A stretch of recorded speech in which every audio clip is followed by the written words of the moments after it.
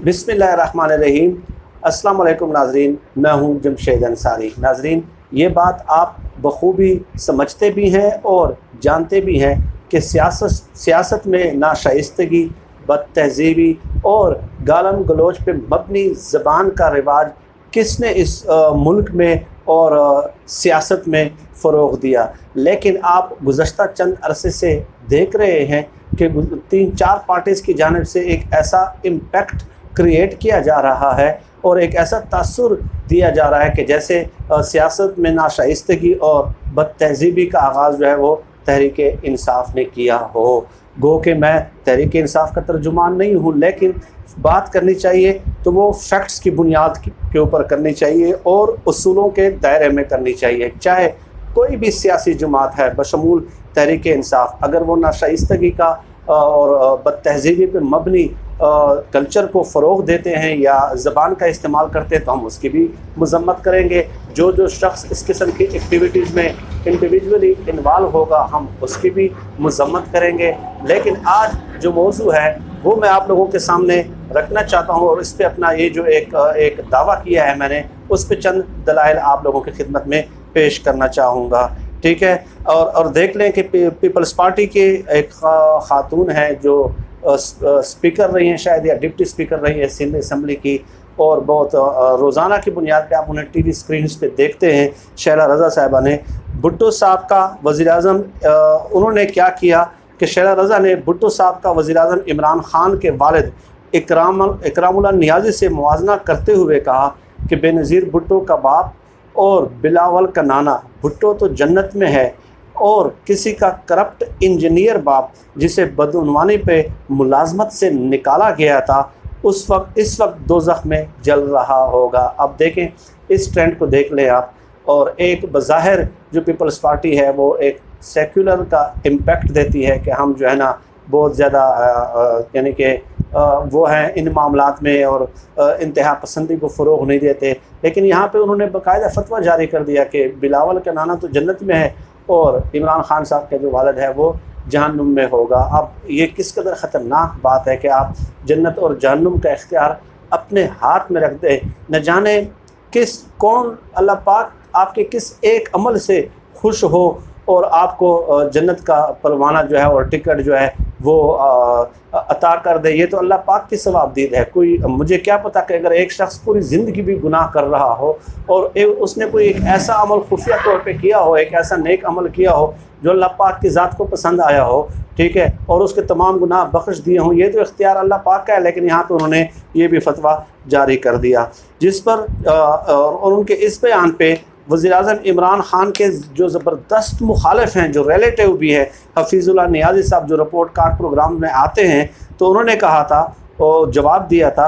हालांकि आप देख लें कि वो एक बात एक जो इक़दाम है इमरान ख़ान साहब का उस पे जो है ना वो तनकीद ही करते हैं। कोई अच्छी बात इमरान ख़ान साहब के हवाले से उनकी ज़बान से नहीं निकलती। लेकिन हफीज़ुल्लाह नियाज़ी ने भी कहा कि उनके जो चचा थे इकरामुल्लाह ख़ान नियाज़ी एक ईमानदार और इंतहाई ज़हीन इंजीनियर थे। उन्होंने गवर्नर पंजाब कालाबाग से सियासी मुखालफत की वजह से ख़ुद मुलाजमत से इस्तीफ़ा दिया था। शैला रज़ा साहिबा वज़ीर-ए-आज़म इमरान ख़ान के धरने और बात की सियासी हलचल में अपनी मीडिया टॉक्स में यही कहती रही कि हम पीपल्स पार्टी के लोग इस कदर सुधरे हुए हैं कि हम सब सियासी लीडरान की घरेलू ख़वातीन का नाम इज़्ज़त और एहतराम से लेते हैं, जबकि तारीख़ गवाह है कि पाकिस्तान की सियासत में शराफत बुर्दबारी का जो रिवाज था उससे ख़ुद इन जमातों ने ख़त्म किया। एक दूसरे की बहू बेटियों और माओ बहनों पर घटिया इल्ज़ामात लगाए गए। नून लीगी 1988 और फिर 1990 के इंतखाबात में मोहतरमा बेनज़ीर भुट्टो और उनकी वालदा मोहतरमा बेगम नुसरत भुट्टो की मुबैना जाली तस्वीर को अखबारात और रसायल में बार बार शाये कराते रहे। अमरीकी सदर के साथ उनकी तस्वीर छोटे तैयारों के ज़रिए पंजाब की हर तहसील हर गाँव में गिराई गई। गर्ज़ व कौन सा घटियापन था जिसका उन्होंने मुजाहरा नहीं किया। बरसों से यही मीडिया पर यही तासुर दिया जा रहा है कि PTI के लीडरान का अंदाज़ गुफ्तगू महज़ब नहीं, ये अपनी मुखालिफ सियासी जमातों के लीडरान को गलत नामों से पुकारने के अलावा उन्हें बुरा भला भी कहते हैं।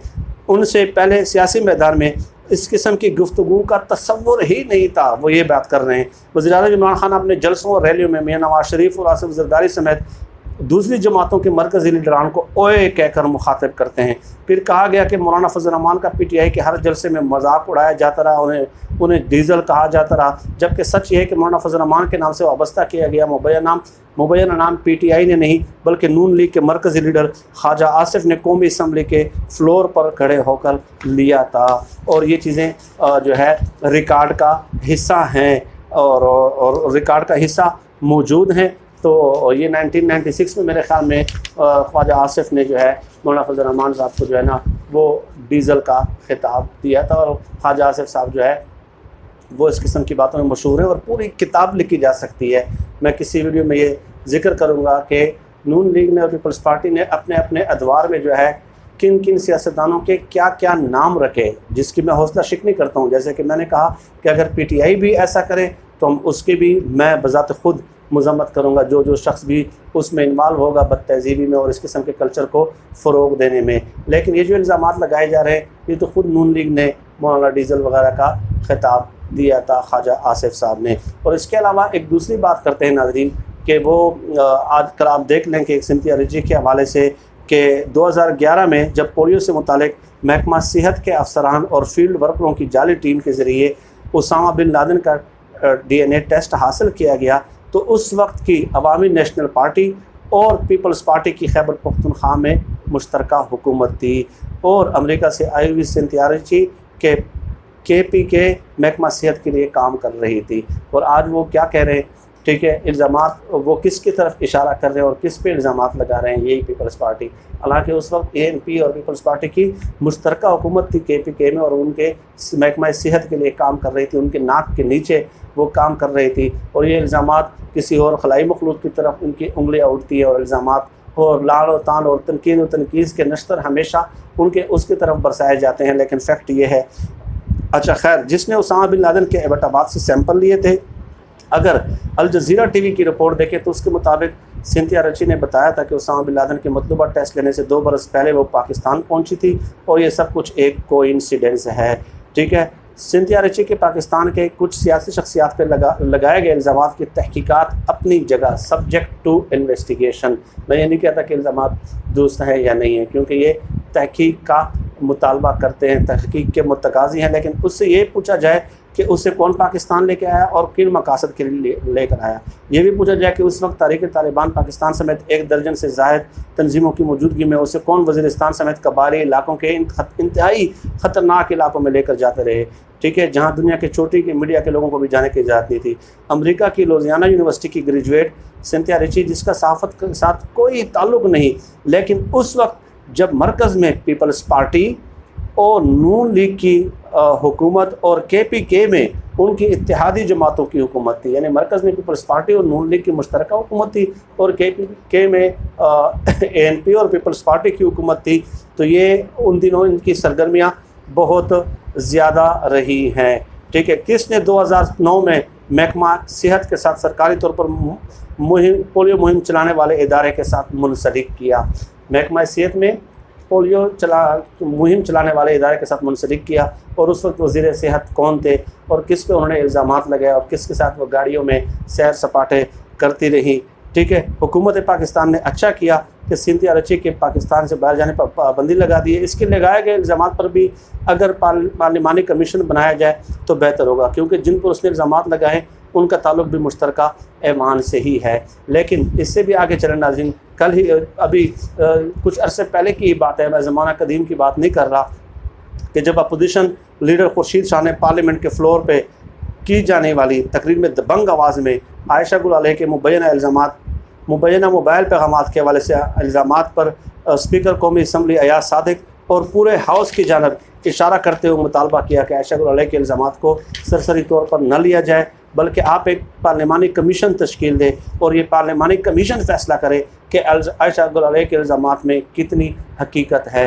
लेकिन मेरा सवाल ये है कि ये जो पीपल्स पार्टी उस वक्त एक मुबैना मैसेज इस पर सिर्फ जो है वो कर रहे थे, वावेला कर रहे थे कौमी असम्बली के फ्लोर पे खड़े होके कि पार्लिमानी कमीशन बनाया जाए, तो उसूल का तकाजा यही है, कवायद का तकाजा यही है कि वो आज भी पार्लिमानी कमीशन तश्कील दिया जाए और उनके ख़िलाफ़ जो है ना, लेकिन नहीं, यहाँ पे तो उन्होंने एक तरफा तौर पे फैसला सुना दिया कि ये झूठ बोल रही है, फलां कर रही है। जैसा कि मैंने आप लोगों को खुद बताया कि 2011 में KPK में किन किन की पीपल्स पार्टी की और उनके इत्तेहादियों की हुकूमत थी, मरकज़ में पीपल्स पार्टी और नून लीग की हुकूमत थी। उस वक्त उनकी तमाम सरगर्मियाँ में देखने में आई और उन्हीं लोगों का सिंथिया रिशी ने नाम भी लिया है। ठीक है, तो ये दो मौज़ूआत आप लोगों की खिदमत में पेश करने थे नाज़रीन। इस मौजू पे और दीगर रिलेटेड इशूज़ पे आपसे मुलाकात होती रहेगी। आप सब लोग अपना बहुत बहुत ख्याल रखिएगा और मुझे अपनी दुआओं में ख़ुसूसी तौर पे याद रखिएगा। अल्लाह हम सब का हामी और नासिर हो। पाकिस्तान जिंदाबाद। अल्लाह हाफ़िज़।